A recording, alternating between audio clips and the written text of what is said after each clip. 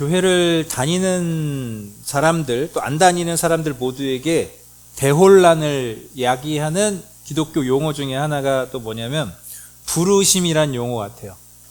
부르심. 오늘 설교도 부르심 따라 살기인데, 이게 어떤 식으로 우리에게 이해가 되어져 있나라고 제가 이제 제 개인적인 생각인데 판단을 해보니까, 부르심이란 말이 마치 하나님이 너를 특별한 직업으로 부르셨어, 요런 느낌. 하나님이 네가 특별히 이런 직업을 하면서 살기를 원해. 그 다음에 또 하나는 이제 그 일, 어떤 특별한 일, 하나님이 너에게 그 특별한 그 일을 원하시는 것 같아. 요게 부르심이라는 단어가 이렇게 이해되고 있는 것 같아요. 이게 가장 증폭되는 무리가 어떤 무리들인지 아세요? 신학생들 무리예요. 저도 이제 신학교 들어갔더니, 신학교 들어가서 신학생들하고 이렇게 지내니까 다들 처음 만나서 막 교제하고, 그러니까 학기 개강하면 개강 수련회라는 걸 하거든요. 그럼 처음 보는 신학생들끼리 모여가지고 하는 게 뭐냐면, 너는 언제 부르심 받았어? 이게 아예 고정 문장이에요. 너는 언제 부르심 받았어? 너는 어떻게 부르심을 받았어? 뭐 이런 식이에요. 퀴즈 하나 내볼까요? 그러면은 언제 부르심 받았다가 제일 많은지 아세요? 중고등학교 수련회 때. 중고등학교 수련회 때 가면은 그때 또 막 이게 올라오거든요. 이게 막 올라온단 말이에요. 그러니까 그때 또 막 예전에는 그런 거 많이 했죠. 자, 여러분, 주님의 종으로 살기를 원하는 사람, 하나님이 지금 나를 부른다고 생각되는 사람 손 들고 앞으로 나오십시오, 막 이래가지고 안수기도 하고, 그러면은 그게 자기가 목회자로 부름받은 거라는 생각을 해요. 물론 그게 다 틀렸다는 말은 아니에요. 근데 저도 이제 같이 신학생들끼리 그런 생활을 해보니까 그것 때문에 힘들어하는 사람들이 되게 많아요. 나 분명히 그때 부르심 받은 것 같은데 왜 내가 지금 가는 길이 이렇지? 라는 식의 대혼란이 오더라고요. 그러니까 부르심이라는 단어를요, 부르심이라는 용어를, 하나님이 너를 특별한 직업으로 부르셨어, 하나님이 너에게 이 일을 원하셔 라고 말하는 게 아주 잘못됐다고 생각하지는 않아요, 저는. 근데 그거는 표면적인 거예요. 표면적인 거지, 부르심이라는 게 성경적으로 어떤 의미인지 그걸 본질적으로 짚어내고 있지는 못한 것 같아요. 신약 성경에서 이 부르심이라는 단어가, 부르셨다, 부르심, 이 단어가 신약 성경에서 거의 모두 나오고, 이 말에 거의 90% 이상 사용한 사람이 누구냐면 사도 바울이에요. 사도 바울이 부르심이라는 단어를 가장 많이 사용했거든요. 근데 그게 가장 의미가 있는 성경이 저는 에베소서라고 봐요. 에베소서가 뭐냐면, 에베소 교회가 바울이 세웠는데, 에베소 교회가 분열이 일어났다는 소식을 듣고 바울이 편지를 쓴 게 에베소서인데, 에베소서에서 바울이 이렇게 1장에 이렇게 말하는데, 하나님께서 여러분의 마음의 눈을 밝혀주셔서 이걸 깨닫기를 바란대요. 뭘 깨닫기를 바라냐? 하나님의 부르심에 속한 소망이 무엇인지를 깨닫기를 바랍니다. 부르심이라는 단어를 강조해요. 하나님의 부르심에 속한 소망이 무엇이며 성도들에게 베푸시는 하나님의 영광스러운 상속이 얼마나 풍성한지를 여러분이 알게 되기를 바랍니다. 사도 바울이 부르심, 하나님이 너희를 부르셨다라고 말할 때 여기에 핵심 포인트는 뭐냐면 목적론이 아니라 존재론이에요. 자, 하나님이 너에게 어떤 직업을 원하셔, 너에게 어떤 일을 원하셔, 요건 목적론이잖아요. 근데 사도 바울이 말하는 우리가 부르심 받았다라는 거는 존재론이에요. 존재론. 하나님의 부르심에 속한 소망이 무엇인지를 알기를 바란다라고 말해놓고 그 뒤에 어떤 단어가 나오냐면 상속이란 단어가 나와요. 상속. 성도들에게 베푸시는 하나님의 영광스러운 상속이 얼마나 풍성한지를 알기를 바란다. 상속. 이거는 부모와 자녀 간에 쓰는 용어죠. 즉 무슨 말이냐면 성경에서 말하는 부르심, 그 존재론의 가장 첫 번째 의미는 뭐냐면 하나님이 여러분을 하나님의 자녀로 부르셨다는 그 존재론이라는 거예요. 그 다음에 우리가 무슨 일을 하는 거예요. 그 다음에 어떤 직업을 하는 거고, 가장 핵심은 뭐냐면 우리가 하나님의 자녀로, 하나님의 영광을 상속받을 자녀로 부르심을 받았다, 택함을 받았다라는 거예요. 그러니까 각자 주어진 역할에 최선을 다하라 정도로는, 그 정도로는 이 성경적인 부르심을 우리가 이해할 수가 없어요. 그거는 이따만한 더 큰 의미를 그냥 가지만 얘기하는 거예요. 축소시켜놓고 얘기하는 거예요. 그래서 신앙생활은 뭘 하는 문제가 아니라 우리가 어떤 존재인지를 알아가는 거예요. 자꾸 뭘 하기 전에 우리가 어떤 존재인지를 알아가는 거예요. 하나님의 자녀로 부름받았다는 거죠. 모든 그리스도인은 예수님을 영접한 동시에 부르심을 받았습니다. 하나님의 자녀로 부르심을 받았습니다. 거기에 하나 더 추가하자면 친구로도 부르심을 받았습니다. 근데 제가 친구라는 단어를 설교 시간에 잘 쓰지 않아요. 근데 우리나라에서 친구라는 용어와 신약 성경에서 말하는 친구라는 용어의 의미 차이 때문에 그런 건데, 신약 성경에서 친구라고 할 때 그거는 함께 사명을 지고 가는, 함께 비밀 임무를 지고 가는, 목숨을 같이 하는 존재를 말해요. 그러니까 하나님께서 우리를 자녀요 친구로 부르셨다는 건 하나님과 끊어질 수 없는, 하나님의 영광을 상속받는 자녀로 부름 받았으면서 동시에 하나님이 하시는 일을 함께 해나가는 아주 거룩한 존재로 우리가 부름 받았다, 그런 뜻이에요. 그러니 여러분, 부디 하나님의 그 부르심을 따라 살면서 이 바울이 권면한 것처럼 그 부르심에 속한 소망이 무엇인지를 알아가는 기쁨이 저와 여러분에게 매일매일 충만하기를 권면합니다. 오늘 본문은요, 여러 개 사건이 등장해요. 여러 개 사건. 제가 가급적이면 장을 뛰어넘어서 2장, 저장, 전장, 앞장 이렇게 해가지고 본문 제가 설정을 하지 않는데, 이걸 하나로 설정할 수밖에 없었던 게 뭐냐면, 여러 사건들이 오늘 본문에서 진행되지만 이 이야기들의 핵심 주제는 딱 하나예요. 예수님이 베드로를 부르셨다. 요거 하나예요. 예수님이 베드로를 자기 제자로 부르셨다. 다른 복음서들이 예수님께서 제자들을 부르시는 장면을 전체적으로 이야기해요. 전체적으로. 베드로도 부르고, 야고보도 부르고, 이렇게 요한도 부르고, 이런 식으로 전체적으로 얘기하는 반면, 누가복음의 핵심은 뭐냐면 예수님이 딱 한 사람, 베드로만 불러요. 베드로만. 딱 한 사람, 베드로와의 관계, 여기서 일어난 일들, 이것에만 집중하고 있는 게 누가복음이에요. 오늘 본문은 예수님이 병을 고치셨다는 이야기가 핵심이 아닙니다. 귀신을 내쫓았다는 이야기도 핵심이 아니고요. 그 다음에 예수님이 사람들을 가르쳤다는 것도 핵심이 아닙니다. 뭘 가르쳤는지 여기 나오나요? 안 나와요. 근데 마태복음엔 나와요. 뭘 가르쳤는지. 여기는 예수님이 뭘 가르쳤다는 내용도 없어요. 오직 딱 하나예요. 예수님이 베드로를 부르시는 그 일련의 과정, 요거만 집중하고 있다는 거예요. 이것을 일어난 순서대로 한번 먼저 쭉 한번 살펴볼게요. 그러면 먼저 예수님이 베드로의 장모님의 병을 낫게 해주시는 사건이 먼저 기록이 되었는데, 상황을 이제부터 여러분 머릿속에 그리셔야 돼요. 되게 중요합니다. 오늘 본문은요, 우리가 잘못 알고 있는 성경 지식이 너무 많아서 오늘 본문을 하나하나 머릿속에 상상을 하셔야 돼요. 제가 최대한 노력을 할게요. 여느 안식일 날처럼 예수님은 그 안식일에 회당에서 사람들을 가르치셨어요. 그게 오전, 오후, 낮까지의 일일 겁니다. 그리고 나서 베드로의 집을 방문하셨어요.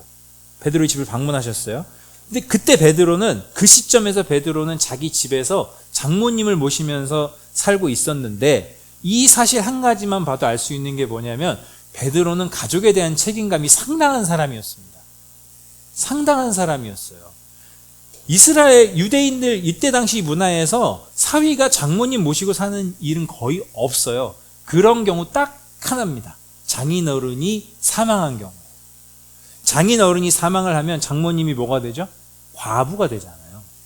그래서 이 과부가 되면 이스라엘에서는 굉장히 무시당하거든요. 사회 취약계층이에요. 그래서 사위가 착하면 장모님을 자기 집으로 데리고 와서 모시고 산단 말이에요. 그 베드로는 굉장히 자기 가족에 대한 책임감이 컸던 사람이다, 이렇게 볼 수 있어요. 근데 그 장모님이 지금 열병에 들었다고 나옵니다. 재미있는 건 뭐냐면 예수님이 이 베드로 장모님의 병을 고쳐주시는 이 사건에서 재미있는 게 뭐냐면 베드로의 역할이 없습니다. 베드로의 역할이 없어요. 누가복음은 의도적으로 그거를 되게 강조해요. 근데 기록을 안 함으로써 강조해요. 베드로의 역할이 없어요. 예수님을 베드로의 집에 초청한 사람이 적어도 베드로는 아닙니다. 38절을 봅니다. 4장 38절. 4장 38절. 예수께서 회당을 떠나서 시몬의 집으로 들어가셨다. 그냥 갔대요. 그런데 시몬의 장모가 열병으로 앓고 있어서 사람들이 그 여자를 두고 예수께 청하였다. 낫게 해달라고 한 거예요. 자, 여기 베드로가 등장합니까? 안 하죠. 어떤 사람들이 등장할 뿐이에요. 이 사람들도 누군지 몰라요. 뭐 베드로의 집에 놀러 온 친구들이었는지 아니면 그 안식일 날 예수님을 계속 따라다니던 사람들이었는지 그건 아무도 몰라요. 이 성경이 기록되어 있지 않아요. 중요하지 않다는 거예요. 중요한 건 뭐다? 베드로가 낫게 해달라는 요청은 하지 않았다. 주변에 있는 사람들이 그 여자를 두고 베드로의 장모님을 두고 예수님께 청했다는 사실이에요. 그러니까 성경은 딱 이것만 강조하고 있는 거예요. 단지 예수님이 베드로의 집에 오셨고 사람들이 베드로의 장모님을 낫게 해달라고 요청했고 그래서 예수님은 낫게 해주셨다. 그거예요. 여기서 말하는 열병은 뭐냐면요. 몸이 아픈데 열이 많이 나고 있다라는 뜻이 아니에요. 그러니까 뭐 감기인데 독감에 걸렸는데 열이 난다. 증상을 말하는 게 아니고요. 열병 자체가 이 당시에 하나의 병명이었습니다. 하나의 병명이었어요. 우리가 지금 뭐 감기 이렇게 말하는 것처럼 하나의 병명이었는데 나이가 많은 사람이 이 열병에 걸리면은 거의 10중 8구 사망한다라고 보시면 되고요.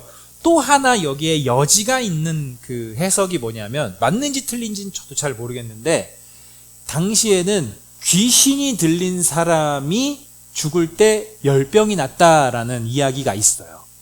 그리고 뒤에 내용에 보시면 예수님이 귀신을 계속 쫓아내시잖아요. 그래서 이 베드로 장모님이 열병에 걸린 게 실제로는 이게 귀신 들린 증상일 수도 있다라는 해석도 있어요.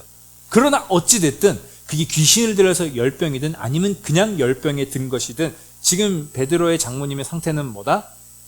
오늘 내일 죽어도 사망해도 전혀 이상하지 않은 상태다. 베드로가 요청하지는 않았지만 사람들의 요청으로 예수님이 이 열병을 단번에 낫게 해주시는데 손을 대고 안수하시고 나아라가 아니고 가까이 서서 어떻게 하냐면 이 병을 혼내세요. 꾸짖었다고 하거든요. 이 병을 혼내세요. 그래서 그 즉시로 병이 나가고 이 베드로의 장모는 완벽하게 나아서 일어나서 예수님을 비롯해서 자기의 온 사람들의 시중을 듭니다. 놀라운 거죠. 그리고 이제 더 많은 병든 사람들과 귀신 들린 사람들이 예수님께 찾아옵니다. 자, 여기서 질문. 지금 장소는 계속 어디죠? 베드로의 집이에요. 이걸 알아야 돼요. 지금 장소는 계속 한 곳이에요. 베드로의 집이에요. 예수님 베드로의 집에 계신 거예요. 아마도 그 손님들 묵는 방, 일전에 말씀드렸죠. 거기서 주무셨지 않았을까 하는 생각을 해요. 계속 사람들이 지금 예수님께 오고 있는 거예요.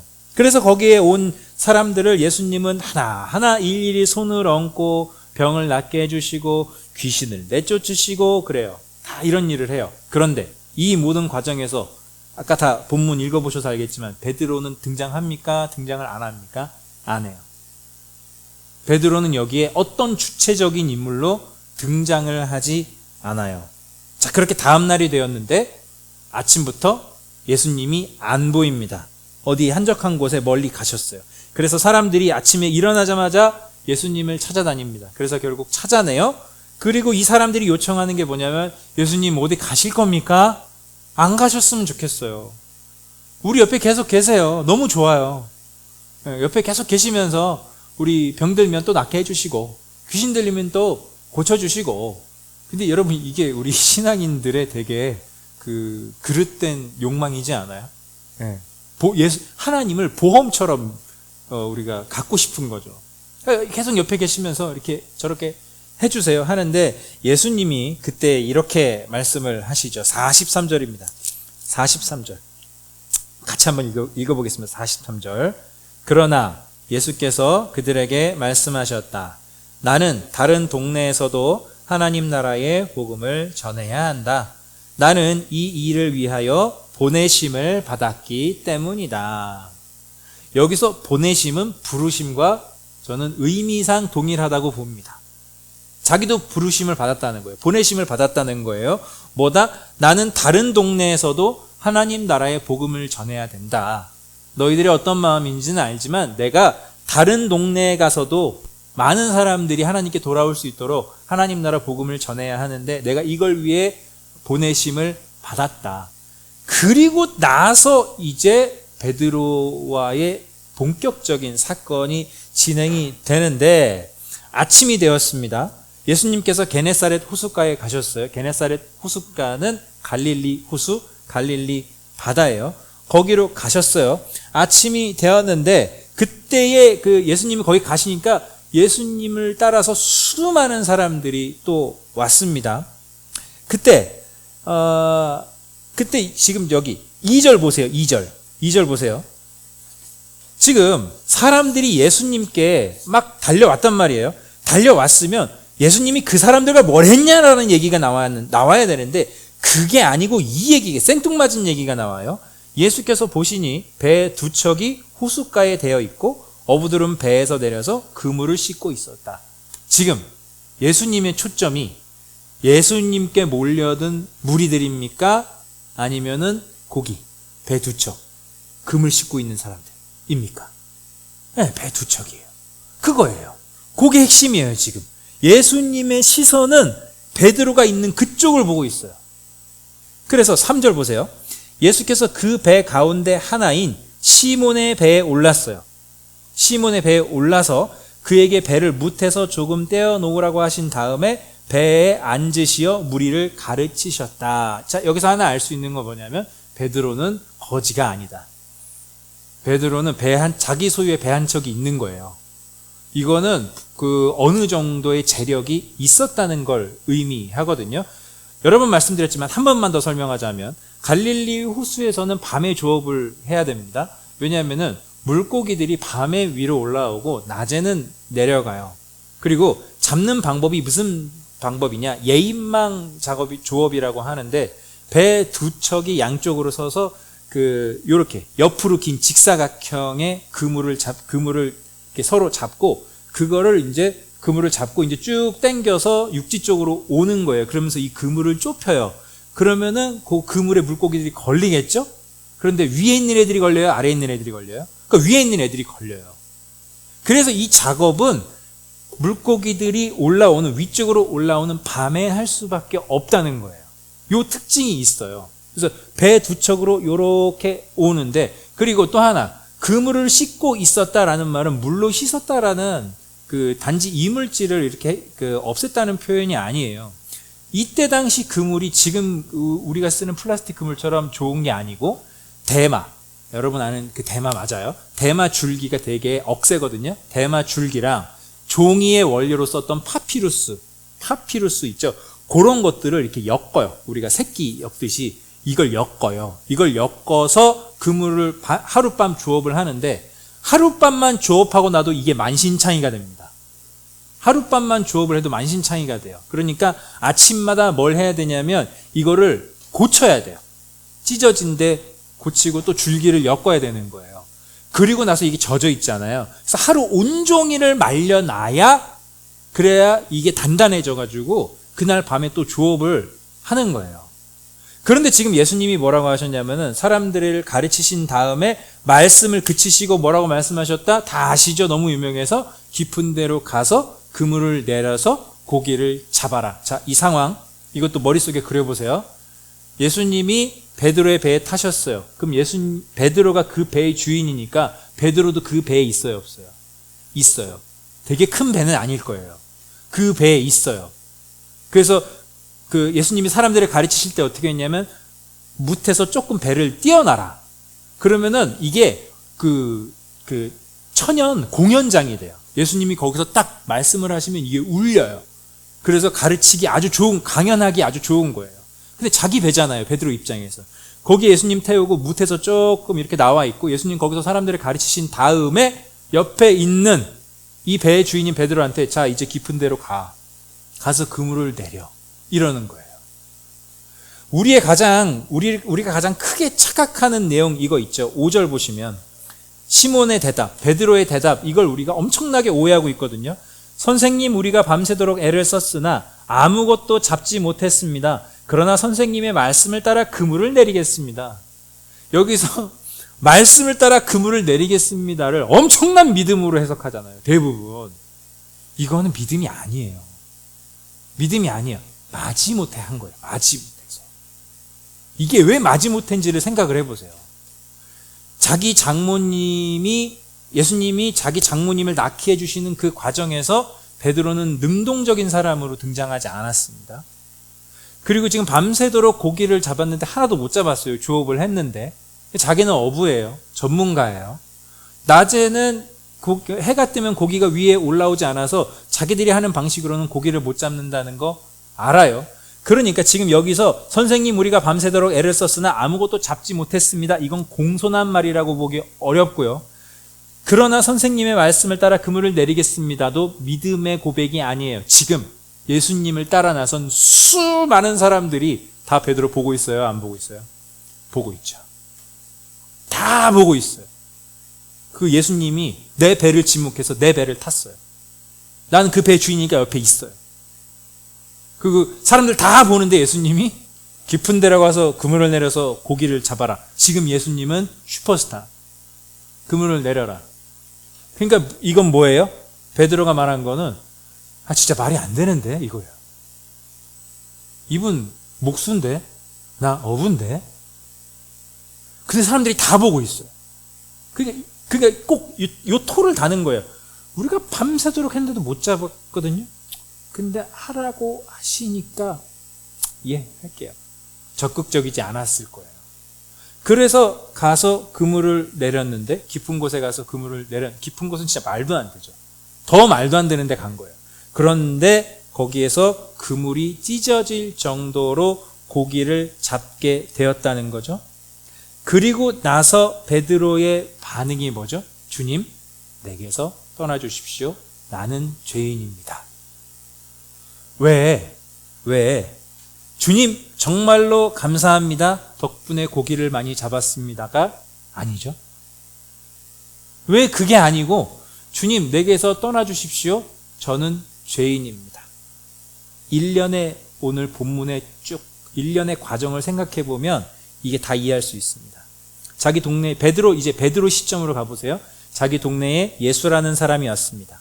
병든 자를 낫게 하고 귀신을 쫓아낸다는 소문이 자자합니다. 하지만 베드로는 예수님을 자기 집에 초대하지도 않았고 장모님을 낫게 해달라고 요청하지도 않았습니다. 다음 날이 되어 예수님이 자기 배를 지목하여 타셨습니다. 사람들이 다 보고 있는데 깊은 데로 가서 그물을 내리라고 하셨습니다. 못마땅하지만 상황이 내가 따를 수밖에 없는 상황이니까 마지못해 그물을 내렸는데 말도 안 되게 물고기가 잡혔습니다. 자, 그럼 여기서 이 과정을 지금 우리가 상상해봤잖아요. 우리가 베드로라면 그러면 예수님을 향한 베드로의 마음의 가장 큰 감정은 뭘까요? 두려움이에요. 좋은 게 아니에요. 두려움이에요. 이분 너무 대단한 분인데 내가 감당할 자신도 없고 난 이분을 좀 이렇게 적대감을 가지고 좀 이러고 있는데 불편하게 이러고 있는데 이분은 자꾸 나한테 와서 뭔가를 하려고 하는 거예요. 두려움이에요. 예수님이 그걸 정확히 아셔서 이렇게 말씀하셨죠. 10절 보세요. 10절. 5장 10절. 5장 10절. 그 중간부터 예수께서 시몬에게 말씀하셨다. 정확히 아신 거예요. 뭐 하지 말라고요? 두려워하지 말아라. 그리고서는 너는 내가 이런 존재로 불렀다라고 말하는 거죠. 이제부터 너는 사람을 낚을 것이다. 여기서 우리는 뭘 떠올려야 되냐면 이제부터 너는 사람을 낚을 것이다는 아까 전에 예수님이 아침에 멀리 어디 가셨을 때 사람들이 쫓아와서 예수님 어디 가지 마십시오 라고 했을 때 뭐라고 하셨죠? 나는 다른 동네에 가서도 하나님 나라 복음을 전해야 한다. 이 일을 위해 보내심을 받았다. 이것과 베드로한테 이제부터 너는 사람을 낚을 것이다는 똑같은 거예요. 똑같은 거예요. 예수님이 자기가 하는 일을 이제 너도 같이 할 거야 라고 베드로를 부르고 있다는 거예요.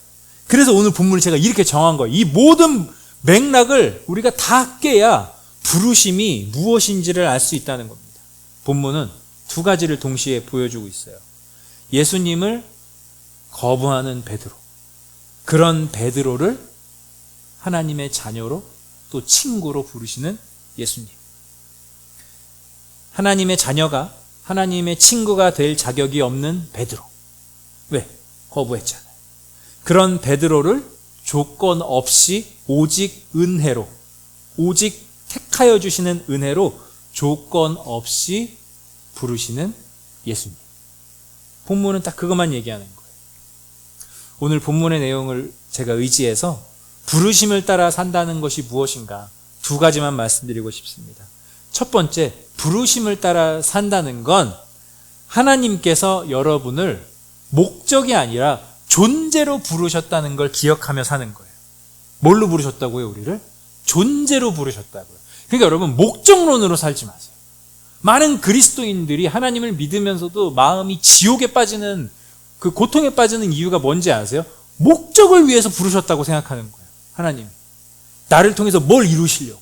그러니까 주님, 저를 통해서 뭐 하실 겁니까? 이 질문만 많이 하죠. 근데 그 질문 이전에 우리는 어떤 질문을 해야 되는지 아세요? 주님, 제가 어떤 존재입니까? 주님, 제가 주 안에서 어떤 존재인지를 깨닫기를 바랍니다. 보세요. 지금 베드로가 무슨 예수님 제자 되기 오디션에 합격했습니까? 그런데 지원했습니까? 아니에요. 베드로가 예수님의 제자가 될 만큼 예수님을 따라다니거나 예수님을 추앙했습니까? 그것도 아니에요. 아니면 예수님이 베드로를 부르신 만큼 베드로가 예수님께 어떤 호의적인 행동을 했습니까? 그것도 아니에요. 그럼 지금 근거는 딱 하나죠. 뭐죠? 오직 예수님이 부른 거. 지명해서 부른 거. 그거 딱 하나예요. 성경이 말하는 하나님의 부르심에 속한 소망이라는 건 여러분의 존재가 하나님의 부르심에 의해서 하나님의 자녀요, 하나님의 친구로 결정이 되었으니 더 이상 여러분 자신의 어떠함으로 인해서 여러분의 삶의 결과가 정해지지 않는다, 이 말이에요. 이게 얼마나 큰 위로가 됩니까? 지금 이 시대 세상이 자존감 얼마나 힘들어요. 그런데 이게 성경이 우리에게 주는 자존감이에요. 부르심의 소망을 깨닫는 순간 어떤 생각이 올라오냐? 내 존재가 나의 어떠함에 의해서 결정되지 않고 하나님의 부르심, 하나님이 나를 하나님의 자녀이고 하나님의 친구로, 그 존재로 불러주셨다는 그걸로 인해서 우리의 인생의 결과가 그 끝이 정해진다는, 이게 얼마나 큰 위로입니까? 이걸 기억하면서 살자는 거예요. 최근에 이국종 교수님, 그 외과 의사 있잖아요. 그분을 모티브로 한 그 드라마 중증외상센터라는 걸 재밌게 봤는데, 거기에서 그 교수님이, 그 이국종 교수님 역할 하시는 그 배우가 자기 후배 교수한테, 의사한테 그러더라고요. 이제 네가 혼자 수술을 해. 제가요? 저 못하겠는데요? 아니, 교수님 해주시면 안 돼요? 이러는 거예요. 그때 이 대사가 참 멋있더라고요. 드라마지만 뭐라 그랬냐면, 왜? 너 자신을 못 믿겠어? 그러면 널 믿는 나를 믿어. 그 말이 굉장히 그 사람에게 큰 힘이 되더라고요. 널 믿는 나를 믿어. 여러분, 신앙은 내 열심을 믿는 게 아니에요. 내가 지금까지 해온 신앙생활을 믿는 것도 아니고, 내가 이렇게 기도했으니까 하는 그 기도를 믿는 것도 아니에요. 뭘 믿는 거냐면 여러분을 부르신 하나님을 믿는 게 신앙이에요. 날 믿는 게 아니고요. 너 못 믿겠어? 널 믿는 나를 믿어. 여러분, 우리 자신을 믿는 게 아니라고요. 우리를 부르신 하나님을 믿는 겁니다. 두 번째로요. 그러면 어떻게 살아야 하는가? 그 부르신 존재답게 사는 게 신앙생활이에요. 자, 보세요. 어떤 존재가 되기 위해 사는 것과 이미 어떤 존재인 줄을 알고 그 존재답게 사는 거는 아예 얘기가 다른 거예요. 지금 제가 먼저 얘기한 어떤 존재가 되려고 어떤 존재이기를 증명하려고 사는 삶은 참 마음이 늘 고난이고 늘 고통이지 않을까요? 큰 성공을 이뤄도 불안해요, 그런 사람은. 작은 성공을 이루면은 빨리 어떻게 내가 원하는 큰 성공으로 가나 이러고요. 그런데 내가 어떤 존재인지를 알고 그 존재답게 사는 사람이 정말 참 평안을 누리는 사람이죠. 하나님이 우리를 어떤 존재로 부르셨다고요? 하나님의 자녀요? 하나님의 일을 함께 해나가는 친구로 부르셨다고요. 그 존재를 알고 존재답게 살라는 거예요. 존재답게. 그 존재답게 사는 게 무엇인지 예수님이 그 아주 명확한 비유로 하나 얘기하셨죠. 포도나무와 가지의 비유. 다 아시죠? 예수님이 뭐라 그러셨죠? 나는 포도나무고 나는 참 포도나무고 너희는 가지라고. 그러면서 뭐라고 말씀하셨냐면 가지는 그냥 붙어 있는 거라 그랬어요. 가지는 붙어 있는 거라고. 저는 그 비유에서 엄청난 기독교의 그 위로가 담겨 있다고 생각하는데 그게 뭐냐면은 여러분 가지가 언제 고통스러운지 아세요? 자기가 줄기가 되려고 하는 생각을 하면 고통스러워요. 그렇죠? 그리고 자기가 뿌리가 되려고 하는 노력을 하면 고통스러워요. 근데 가지가 제일 행복한 건 뭐죠? 이미 붙어있는 그 상태 그대로만 있는 게 제일 행복한 거예요. 언제 내 가지에서 내 몸에서 꽃이 필까? 언제 내 몸에서 열매가 날까? 걱정할 필요 있습니까? 없어요. 붙어있기만 하면 돼요. 붙어있는 노력을 해라 이 얘기를 하신 게 아니에요, 예수님이. 그걸 자꾸 또 그렇게 해석하면 안 돼요. 붙어있기를 노력해라 이게 아니에요. 너희는 내가 너희를 부른 거는 마치 포도나무에 붙어있는 가지와 같다. 근데 참 포도나무라고 전제를 붙이시거든요. 참 포도나무는 뭐냐? 죽어있지 않은 생명력 있는, 그래서 해때가 되면 계속 포도가 맺히는 나무를 말하는 거예요. 거기에 붙어있는 가지다. 그러니 너희들의 삶이 나에게 붙어있어서 내 생명력을 계속 공급받을 것이니 그 풍요로움 가운데서 살아라. 그 풍요로움을 받는 사람답게 살아라라는 거예요. 그 사도 바울이 그걸 깨달아가지고 여러 서신서에서 그 말을 했거든요. 제가 몇 개만 읽어드릴게요. 로마서에서 이렇게 말해요. 오히려 여러분은 죽은 사람들 가운데에서 살아난 사람답게, 이 답게라는 말을 사도 바울이 참 많이 합니다. 죽은 사람들 가운데서 살아난 사람답게 여러분을 하나님께 바치고 여러분의 지체를 의의 연장으로 하나님께 바치십시오. 보세요. 너희들을 하나님께 바쳐서 뭐가 되라가 아니고 죽은 사람들 가운데에서 살아난 사람답게 사는 게 우리의 삶을 하나님께 바치는 거라는 거예요. 그 다음에 고린도후서에서 이렇게 말해요. 우리는 무슨 일에서나 하나님의 일꾼답게 처신합니다. 답게 처신합니다. 마지막 에베소서 5장에서 이렇게 말해요. 그러므로 여러분은 사랑을 받는 자녀답게 하나님을 본받는 사람이 되십시오. 하나님을 본받는 사람이 돼야 사랑받는다는 거예요? 아니에요. 이미 하나님의 사랑을 받는 자녀이니까 그 자녀답게 하나님을 본받는 사람이 되라는 거예요. 그래서 제가 마지막 하나 권면드리고 싶은 건 그냥 이건 제 생각이에요. 그래, 우리가 하나님의 자녀고 하나님의 일을 함께 나가는 친구로 하나님이 불러주셨는데 그 부르심답게 사는 삶의 가장 정점은 뭘까라고 생각해 보면 오늘 본문에 나오는 어떤 사람들처럼 사는 거예요. 누군지 모르는. 그러나 그 사람들이 어떤 역할을 했죠? 예수님이 베드로를 부르시는 그 통로로 사용됐잖아요. 이 베드로 장모님 좀 낫게 해주십시오라는 이름도 안 나오는 그 사람들 있잖아요. 저는 부르심답게 하나님의 부르심답게 사는 삶의 가장 정점은 이거라고 생각해요. 나를 통해서 또 다른 사람이 하나님의 부르심을 영접하는 것. 나를 통해서. 그것이 저는 부르심답게 사는 삶의 가장 큰 꿈이 되어야 하지 않나라는 생각이 듭니다. 하나님께서 저와 여러분을 하나님의 자녀이고 친구로 불러주셨습니다. 이 존재론을 기억하시고 조마조마하면서 살지 마시고 어떻게 살자고요? 사랑받는 자녀답게, 하나님의 친구답게, 이것을 더 깊이 생각하고 고민하면서 하루하루를 믿음으로 사시기를 주님의 이름으로 축원합니다. 말씀 생각하면서 같이 기도합시다.